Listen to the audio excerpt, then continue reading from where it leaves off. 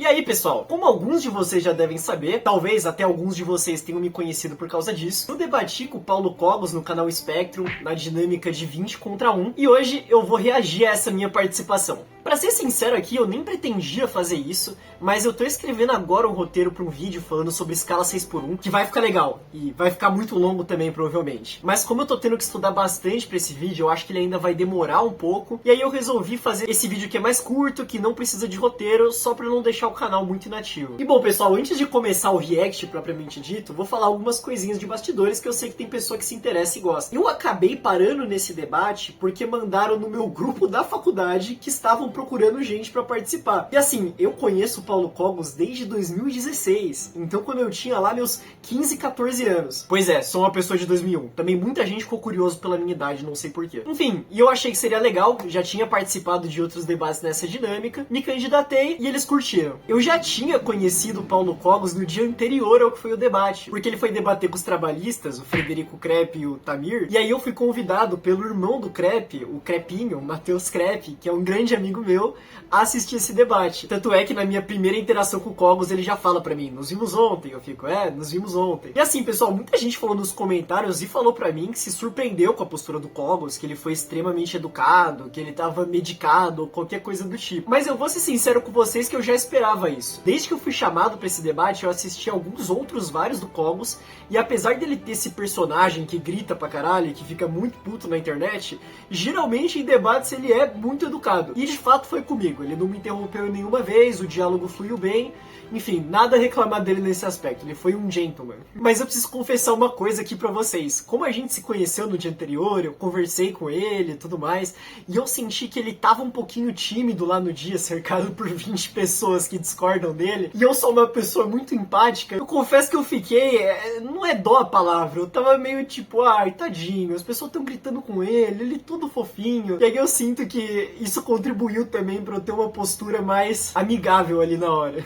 Mas enfim, vamos pro react, acho que tem bastante coisa pra falar, e acho que até o final desse vídeo vai ficar muito claro que o Paulo Cogos nunca leu nem o primeiro capítulo do Capital. Vou deixar isso comprovado. Bora lá. E aí, Paulo, tudo bem? Nos vimos ontem. Eu sou o Gabriel, eu sou recém-formado em Direito pela USP. E, Paulo, acho que até daria pra gente ter um bom debate sobre homeschooling. Eu tava pesquisando pra vir aqui. Eu vi que tem alguns países que adotam, mas todos eles têm algo em comum, uma coisa que você não defende, que é a fiscalização do Estado. Você precisa de fiscalização pra garantir que a educação está sendo feita de forma adequada, pra garantir que você esteja tendo uma base curricular minimamente coerente, então que você não esteja ensinando nazismo, antivacina, qualquer coisa do tipo, ou garantir que, ao menos, a pessoa tenha algum ensino. Você disse no Inteligência Limitada, no podcast com a deles, que você é inclusive a favor do unschooling. Ou seja, que se os pais quiserem... Unschooling, perdão. Que se os pais quiserem, eles não precisam ensinar os filhos qualquer coisa. E isso é uma realidade brasileira que, infelizmente, a gente já vive e que tem resultados catastróficos. A evasão escolar é um fenômeno real. 50% ou 45% dos presos não têm ensino fundamental completo. Mais da metade das pessoas que não estão empregadas não têm ensino fundamental completo. Então eu não vejo como esse modelo que você defende, sem nenhuma fiscalização, que os pais, inclusive, possam não matricular o filho em nada, possa ser benéfico pro país. Tá, primeira coisa, não vamos confundir o... Tá. Já falando algumas coisas. Vocês reparam que assim que eu termino de falar, já estão levantando bandeira vermelha.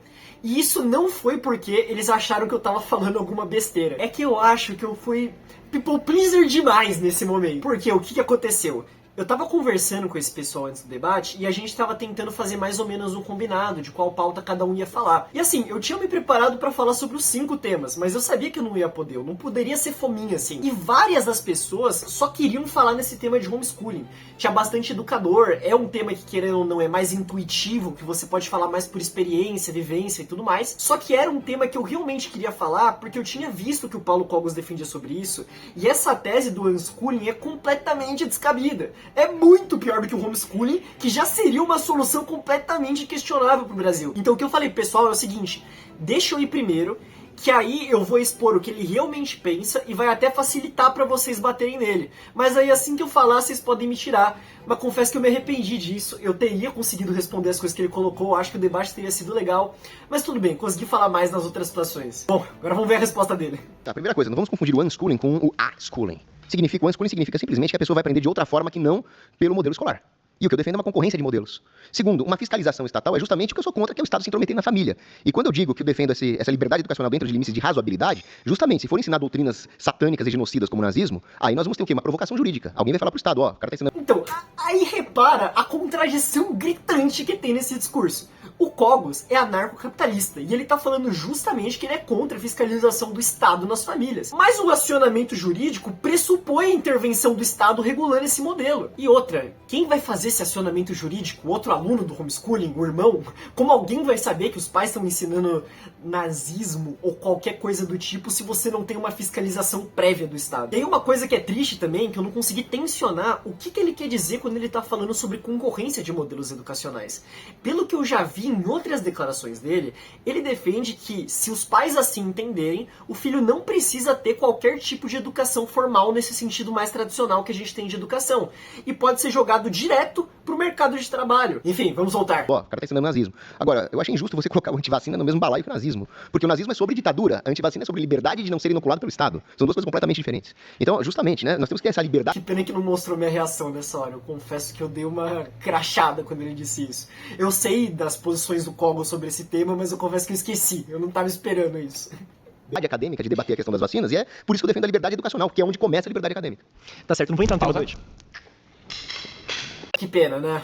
Que não pude refutar isso ao vivo. Bom, agora vamos analisar como foi o debate entre a gente sobre a afirmação "o lucro é o que gera o emprego dos mais pobres", que foi o corte que a Spectrum postou nas redes deles, que repercutiu pra caralho. Eu acho que é um dos cortes desse debate que tá com mais visualização, mais comentário, o pessoal se matando. E foi um trecho que praticamente ninguém entendeu do que a gente tá falando. E eu não tô falando só que não entenderam porque a gente tava falando coisas muito complexas e prolixas. Acho que teve isso também. Eu lembro que no TikTok teve um cara que comentou "não entendi porra nenhuma", brutal, e teve vários likes. Mas nós estávamos falando de duas coisas diferentes. Eu não percebi isso na hora, só fui perceber quando postaram um vídeo completo.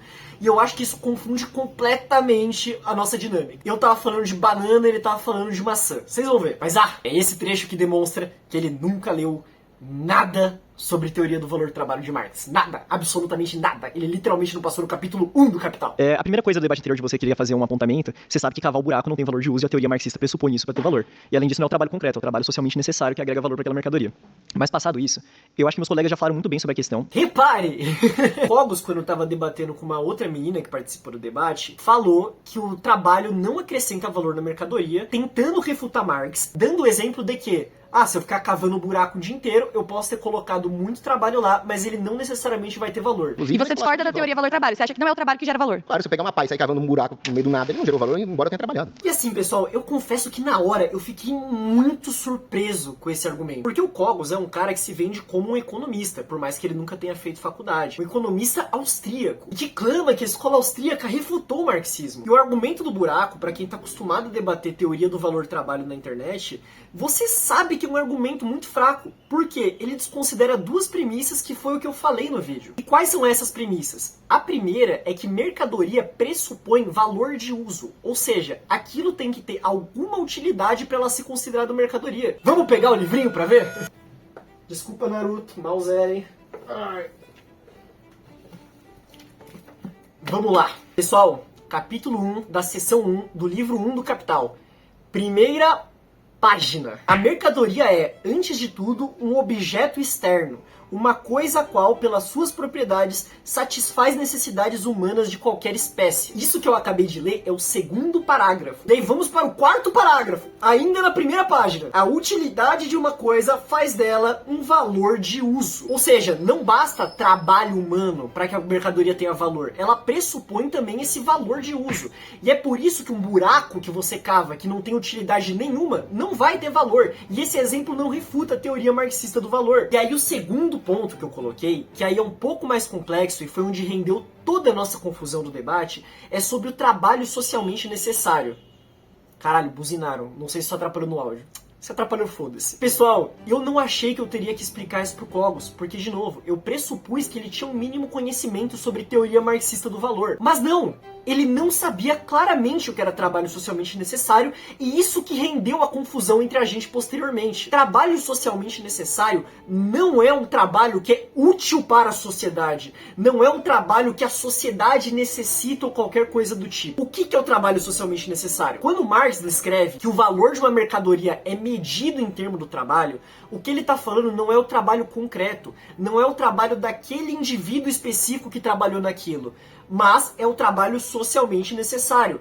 O que isso significa? Vamos pegar o livrinho de novo para ler. Vamos lá, pessoal. Ainda na seção 1, capítulo 1 do Capital. Por isso que eu falei que o Cogos não leu nem o capítulo 1. Tudo isso aqui tá muito claro no começo. Se o valor de uma mercadoria é determinado pela quantidade de trabalho despendido durante a sua produção, poderia parecer que, quanto mais preguiçoso ou inábil seja um homem, tanto maior o valor de sua mercadoria, pois mais tempo ele necessita para terminá-la. Trabalho, entretanto, qual constitui a substância dos valores, é trabalho humano igual, dispêndio da mesma força de trabalho humana. E o que significa? Digamos que tem uma mecânica de carro que é extremamente mais eficiente do que as outras. O carro delas vai valer mais por causa disso? Não. O valor vai se referenciar nessa que é a mais eficiente. Isso é algo que eu vou falar com ele também mais à frente. Como esse processo acontece? É um burocrata, que nem o Cogos sempre fala, que diz, não, tal medida é o trabalho socialmente necessário? Não, é o próprio mercado que faz isso. E a gente vê isso acontecendo o tempo inteiro. Por exemplo, se surge uma nova tecnologia que permite que a gente faça celulares de forma muito mais rápida, qual que é a tendência? Que o preço dos celulares caia. E que, por um mecanismo da concorrência do mercado, aqueles que não acompanhem essa tecnologia saiam do mercado, porque os produtos dele vão ficar muito mais caros. Então é isso que é trabalho socialmente necessário. E é importante eu ter feito esse parênteses agora, porque vocês vão perceber que a discussão fica completamente nonsense se você não entender o que eu tô falando com esses termos. Gente, repare, não é uma questão de dizer se você concorda ou discorda com a teoria de valor-trabalho de Marx, mas eu demonstrei de forma irrefutável que o Cogos estava distorcendo ela. É como se para debater teoria do valor-utilidade marginal, eu dissesse água é mais útil que diamante, mas diamante vale mais do que água. Logo, a teoria do valor-utilidade marginal está refutada. Claro que não. Por quê? Porque eu estaria desconsiderando premissas dessa teoria, como por exemplo a questão da escassez. É exatamente isso que o Cogos faz quando ele tenta refutar a teoria do valor-trabalho de Marx, desconsiderando o valor de uso e desconsiderando o que Marx entende efetivamente como trabalho. E desconsiderando coisas que, de novo, estão no capítulo 1 do Capital. O valor de uso está no segundo parágrafo. Então é isso, pessoal. Por mais que o Cogos se diga economista, por mais que ele fale que Marx foi refutado, eu acho que isso demonstra de forma clara que ele não entende nada de marxismo. Mas enfim, vamos seguir com o React. Falaram muito bem sobre a questão de que o lucro é sim um dos componentes dentro do capitalismo que gera emprego, e nenhum marxista vai discordar disso de você. O capitalismo é o sistema do capital é valor que se valoriza, mas que ele não é o principal. Eu não entendo por que se fazer o recorte unilateral privilegiando o lucro, quando não há uma correlação necessária entre um e outro. Por vezes você tem que cortar a mão de obra para ter lucratividade. Você tem períodos em que você, da história, que a gente não foca no lucro na hora da gente estar organizando a produção social, e ainda assim você tem emprego, e até pleno emprego, e que sem demanda você não vai ter uma oferta. Por que privilegiar esse lado do lucro? Bom, que bom que você tocou no ponto da teoria do valor de uso no Karl Marx, justamente porque o Karl Marx nega o fato de que quando você precisa produzir qualquer bem e serviço, você precisa usar uma combinação de capital, de insumos. E quando ele coloca lá a fórmula da taxa de mais-valia, ele acha que o salário do trabalhador é o único insumo que existe. E esse é o problema do socialismo. Ele não leva em conta o preço relativo do capital. Então, muitas vezes, a pessoa trabalha produzindo alguma coisa que vai ter valor de uso, mas de forma ineficiente. Ela está usando mais capital do que deveria, ou capital que seria melhor alocado em uma outra linha produtiva. E é por isso que as economias socialistas vão todas à falência. As engrenagens giram em falso, produzem ali uma quantidade nominal de produtos, mas que não tem real demanda ou não tem eficiência econômica. Esse é o ponto, eficiência econômica. Quando você está incentivando a demanda pela demanda, sem que haja uma contrapartida na produção, você está fazendo com que a economia seja descoordenada. Para quê? Para suprir uma métrica de demanda, mas sem levar em conta o preço relativo do capital. E quem consegue depreender o preço relativo do capital é só o empresário buscando lucro privado, porque ele está submetido a um sistema de preços, e preço é informação. Nós não podemos distorcer a informação com políticas públicas, é isso? Então, alguns pontos. Primeiro, que você falou que o Marx ele só considera a mão de obra como aspecto do capital. Na forma tem o capital dele, constante. Não, tem o capital constante, tem um capítulo inteiro que ele desenvolve sobre isso. O segundo ponto, o trabalho não é concreto, é o trabalho socialmente necessário. Então, o trabalho improdutivo ele não entra nisso. É nas perspectivas mais produtivas que a gente tem da sociedade hoje, o que efetivamente agrega valor. E o terceiro... Aí tá, vamos dar uma pausinha. A questão do trabalho socialmente necessário, já expliquei o que é. E agora acho que faz mais sentido o que eu quis dizer quando é só a perspectiva mais eficiente que entra e pipipipopó. Agora o segundo ponto, eu tinha até esquecido isso. Outra demonstração que ele não entende nada sobre Marx é quando ele fala que ele só considera o salário. Vamos de novo pegar o livrinho? Agora vamos pro capítulo 6. Capital constante e capital variável. A parte do capital, portanto, que se converte em meios de produção, isto é, em matéria-prima, materiais auxiliares e meios de trabalho, não altera sua grandeza de valor no processo de produção. Eu a chamo, por isso, parte constante do capital, ou, mais concisamente, capital constante. E aí, pessoal, alguns pontos que eu prevejo que possam surgir, inclusive já surgiram em alguns comentários desse corte no Instagram e no YouTube. Para Marx, efetivamente, a fonte de todo o valor é o trabalho humano no final das contas, inclusive dessas máquinas. Mas você dizer isso é muito diferente de você dizer que Marx só considera o salário. E sim, ele considera que o capital constante não agrega valor novo para aquela mercadoria, tanto é que ele é chamado de constante. A única variável do capital que tem o potencial de agregar valor novo na teoria marxista é efetivamente o trabalho. O que o capital constante faz é só transferir o valor dela para essa mercadoria. Então, por exemplo, se você gastou R$30 em matéria-prima, esses R$30 vão ser transferidos no valor, isso vai ter uma consequência no preço dessa mercadoria que você vai produzir. Mas, de novo, isso é muito diferente de dizer que Marx só considera os salários. É outro ponto que o Cogos está objetivamente errado sobre a teoria de valor do Marx. E aí, primeiro, ele parte dessa premissa errada de que marxistas desconsideram o valor da maquinaria, de matéria-prima ou qualquer coisa do tipo, e uma vez que eu já refutei, a consequência tirada dessa premissa vai estar necessariamente errada. Mas não só isso, aí ele passa a tratar abstratamente sobre casos que você vai ter uma demanda artificial, desordenada, e que não vai ter uma oferta para suprir essa demanda. Mas, pessoal, no capitalismo, que é o que a gente está discutindo, isso dificilmente acontece. Principalmente no Brasil. A gente tem uma demanda retraída aqui. O que a gente tem de crise do capitalismo é vez sim, vez não, crises de superprodução. Ou seja, você tem uma produção muito larga e a demanda não vai conseguir acompanhar isso. E mesmo assim, repara que isso simplesmente não dialoga com os argumentos que eu trouxe. Cogos, se de novo a oferta é mais importante que a demanda na geração de empregos, porque isso não é uma correlação necessária, e eu trouxe 3 exemplos para refutar isso. Mas enfim, vamos prosseguir. A gente vive num sistema em que se você tem um produto para oferecer e tem demanda para isso, você vai obter muitas vantagens nisso. Então eu não entendo essa sua perspectiva de preocupação com a ausência de demandas para produtos que a sociedade deseja. Aqui eu falei errado, era ausência de oferta para produtos que a sociedade deseja, aí entrando nesse meu argumento, de que ele estava tratando como se, nossa, tivesse muitas demandas por produtos e a gente não consegue atender isso. Obrigado. É que você não me respondeu o seguinte: trabalho socialmente necessário para quem? Segundo quem? Segundo um burocrata, um planejador do Politburo ou segundo o mercado? Segundo o mercado. Mas então, o Marx admite essa perspectiva. Eu defendo que o mercado decida isso, só que no momento em que você... Aí muita gente pegou esse trecho pra falar, nossa, tá vendo? Ele fez o comunista concordar com ele. Rapaziada, que nem eu expliquei no começo, isso é teoria marxista pura. Quem define o trabalho socialmente necessário é o mercado. Mas é que ele estava pressupondo que eu estava dizendo que trabalhos socialmente necessários são trabalhos que a sociedade precisa, e é por isso que a discussão começa a ficar nonsense a partir daí. Tem ali um subsídio a um determinado bem ou serviço, você tirou o critério do mercado e colocou o critério político, esse é o meu ponto. Mas eu não entendi exatamente no que isso entra no ponto que a gente estava Vou falando. subsidiar o bem X. Ah, então não é o mercado que está demandando, é o governo através da sua política pública. Não, tudo bem, Mas você acabou de concordar que o critério tem que ser o mercado. Eu também concordo com isso. Não. O critério para delimitação do trabalho socialmente necessário para alguma coisa. Bom, é isso. Então o argumento dele nesse final foi basicamente falar quem define o que é socialmente necessário. É o mercado, certo? A partir do momento que você tem um burocrata subsidiando determinadas atividades, ele que estaria definindo o que é socialmente necessário para a sociedade. Mas de novo, pessoal, aí é uma questão de terminologia. A gente tá falando de 2 coisas diferentes. Eu tava falando de trabalho socialmente necessário marxista e ele tava tendo por esse outro sentido. Por isso que esse final foi só completamente nonsense. E agora vamos para a minha última interação com o Cogos nesse debate, que foi sobre a afirmação o salário mínimo gera desemprego. Acho que é isso, né? Enfim. Eu acho que todo mundo aqui concorda que dependendo da forma de como você colocar o salário mínimo, ele pode gerar desemprego. Se você meter um salário mínimo em 40 mil reais, ok, isso provavelmente vai ter uma tendência negativa. Mas a questão é que a frase de forma absoluta como você coloca, simplesmente se defronta com a realidade. Vou citar um exemplo. O David Card, que é um Nobel em Economia, ele fez um estudo em fast foods americanos e ele constatou que o aumento salarial não só não aumentou o desemprego, como fez pessoas procurarem mais esses trabalhos. Ele se tornou mais interessante para ela, então teve um impacto positivo. Trazendo para um debate mais a realidade, meu colega Matheus Kepp já até falou, o Brasil de 2000 a 2009 teve praticamente um crescimento de 2 vezes em relação ao salário mínimo real. E a gente tem um estudo do Institute of Labor's alguma coisa, esqueci, vou mandar a produção, pode colocar aí o PDF, que eles constataram que você não só não teve um aumento do desemprego nesse período, como até os salários da informalidade aumentaram, por causa daquilo que a gente chama de efeito farol. Eles se referenciaram no salário mínimo. Então, assim, essa frase no sentido absoluto que você fala, de que aumento do salário mínimo necessariamente vai resultar em desemprego, simplesmente não ocorre na realidade. Ocorre necessariamente porque você está pegando uma empresa, no caso aí McDonald's, ou um setor, no caso dos fast foods, e não estão vendo as pessoas mais vulneráveis da sociedade, que estão alienadas do processo produtivo por causa do salário mínimo. E justamente ontem, no debate, nós estávamos discutindo, até o Tamir citou, as crianças com espectro autista, né? E ele falou, olha, precisamos de uma política pública para resolver especificamente esse caso, já que o mercado não chega nas camadas mais vulneráveis que não dão lucro. Mas justamente a regulação vai prejudicar as camadas mais vulneráveis. Existe empreendedorismo social. O problema é quando a regulamentação exclui a viabilidade dessas ações, porque fica economicamente inviável você pagar um salário que está acima da produtividade dessas pessoas. Então, Paulo, aí algumas coisas. Que nem eu falei, esse estudo já refutaria a sua afirmação de que é uma coisa generalizante, porque se você tem um caso em um setor, ainda que fosse minoritário que não é, já demonstra que não é sempre. O estudo que eu te peguei analisa o Brasil de forma geral numa década. Eu acho que ele é mais abrangente do que só em um setor. Outro aspecto que a gente tem que considerar. O salário mínimo, ele afeta principalmente as pessoas mais pobres, que nem você falou. Justamente as pessoas têm menos margem de negociar com o patrão. Porque a alternativa delas é ou passar fome ou aceitar aquela condição de trabalho. E no Brasil, que 30% da força de trabalho ganha até um salário mínimo, você tem uma massa de mão de obra disponível para aceitar até em condições de subdesenvolvimento um salário, porque isso ou fome, muito elevada.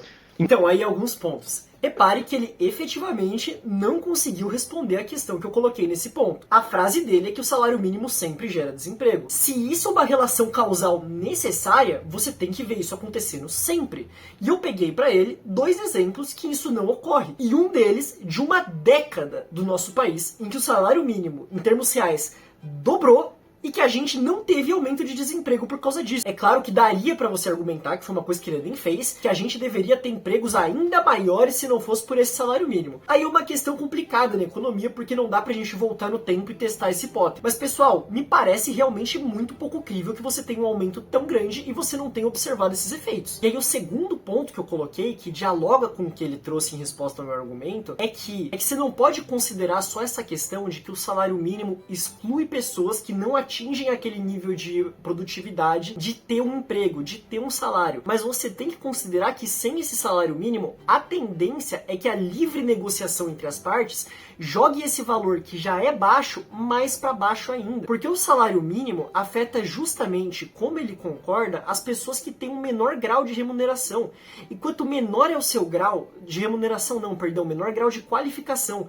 E quanto menor é o grau de qualificação que você tem, é mais difícil de você negociar, porque a tendência é que o trabalho que você faça possa ser feito por outras pessoas. E a gente tem um número muito grande disso. Então assim, você não aceita o salário em 700, tudo bem, vai ter outra pessoa que vai aceitar. E é um efeito que ele simplesmente desconsidera quando ele diz isso sobre o salário mínimo. E vamos ver se ele consegue realmente me responder sobre isso. Então, pode falar. Na verdade, o que acontece é que esse tipo de regulamentação estatal vai excluir também o lado da oferta, marginalmente, principalmente no lado dos pequenos ofertantes, que poderiam ser uma oportunidade de maior capacidade de barganha das pessoas menos favorecidas economicamente. E vai favorecer os grandes cartéis, os grandes monopólios, reduzindo o poder de barganha do trabalhador. Então esse é outro aspecto que eu até esqueci de citar. Você tem trabalhos, por exemplo, de jovem aprendiz, justamente para essas pessoas que não têm tanta experiência conseguirem se integrar no mercado de trabalho. Se você é estudante, como eu fui, você pode fazer um contrato de estágio, por exemplo, para ganhar essa experiência. Então eu não acho que o salário mínimo, nos termos que você coloca, é tão impeditivo assim nessas circunstâncias que você está falando, essas pessoas que não atingem esse patamar mínimo. O problema é que esses programas do governo, como o Jovem Aprendiz, eles têm ali uma estandarização, uma padronização, mas não é o real aprendizado que ocorre quando o sujeito entra numa fábrica sem experiência prévia, aprende os processos produtivos daquela fábrica específica e isso desapareceu da sociedade. E outra coisa, o Brasil é um país muito grande, existem cidades com maior ou menor custo de vida, maior ou menor capital investido, você não pode estipular um salário mínimo que vale para o Brasil inteiro, senão você vai estar prejudicando principalmente os lugares mais pobres, as cidades mais carentes. Então mesmo que a gente... Tá certo, vamos lá. Então, traduzindo o argumento dele. Se não fosse pelo salário mínimo, mais gente ia conseguir ofertar emprego e aí você ia ter maior margem de negociação. É difícil debater com o ANCAP porque percebam que eles geralmente ficam debatendo em termos de situação abstrata e contrafactuais. Então, se não tivesse nenhuma regulação, aí aconteceria isso com base no quê? Geralmente você vai ver que é só uma derivação lógica que não necessariamente se verifica na realidade. Mas enfim, eu respondi esse argumento colocando outra coisa que eu já queria falar antes, que é, a maioria das pessoas tem esse argumento, inclusive o Cogos já disse ele em alguns vídeos, e eu sei porque, de novo, eu estudei sobre ele antes de ir pra esse debate, que o salário mínimo prejudica principalmente pessoas que não têm tanta experiência. Mas pessoal, a gente já tem mecanismos jurídicos para preverem que pessoas com menos experiências possam fazer contratos distintos, ganhar menos desses contratos para adquirir essa experiência e aí conseguir se candidatar para cargos maiores no futuro. E aí ele fala que você tem uma estandardização, não é o aprendizado real. Desculpa, não sei de onde ele tirou isso. Eu acho que ele nunca foi jovem aprendiz na vida, acho que ele nunca foi estagiário. Eu já fui por 3 anos, 4. Enfim, e eu posso dizer que o nível de aprendizado que eu tive foi bem alto. Se você é jovem aprendiz ou estagiário ou qualquer coisa do tipo, imagino que você vai tender a conformar comigo, que essa estandardização não prejudica o seu aprendizado real. Na verdade, aí uma crítica que muitos fazem a contratos desse tipo é que você costuma trabalhar tanto quanto um trabalhador normal, mas receber menos do que o salário mínimo. E aí, pessoal, sobre o outro ponto, efetivamente, eu admiti isso no começo do debate, o salário mínimo pode gerar mais desemprego sim. Tudo que você for aumentar no custo para quem está ofertando um serviço, a tendência é que você possa marginalmente prejudicar empregos. Mas a questão é, até onde a gente vai com essa lógica? Porque se você for seguir isso ao extremo, vamos voltar para a época da escravidão. Custo zero, tinha pleno emprego lá. E como eu demonstrei na experiência brasileira, que é isso que interessa quem está assistindo a gente, você não costuma ter um aumento de desemprego relevante quando você valoriza o salário mínimo. Então, enfim, para mim, das 3 interações que a gente teve, esse foi o meu melhor desempenho e é que o Cogos menos conseguiu responder as questões que eu falei. Foi esse o react, pessoal. Comentem aí se vocês gostaram da minha participação com o Paulo Cogos, comentem se vocês discordaram de alguma coisa que eu falei, se outra coisa que eu falei não fique claro, enfim, quero saber a opinião de vocês. Eu, pra ser sincero, fiquei bastante feliz com o meu desempenho e acho que eu mostrei nesse react que, na minha opinião, as coisas que eu falei fazem bastante sentido e ele não conseguiu demonstrar o contrário. O debate com o Kim Kataguiri eu achei mais difícil, tá? achei mais disputado. Tô ansioso pra sair e eu poder fazer um vídeo parecido com esse comentando. Então é isso, pessoal. Até o próximo vídeo.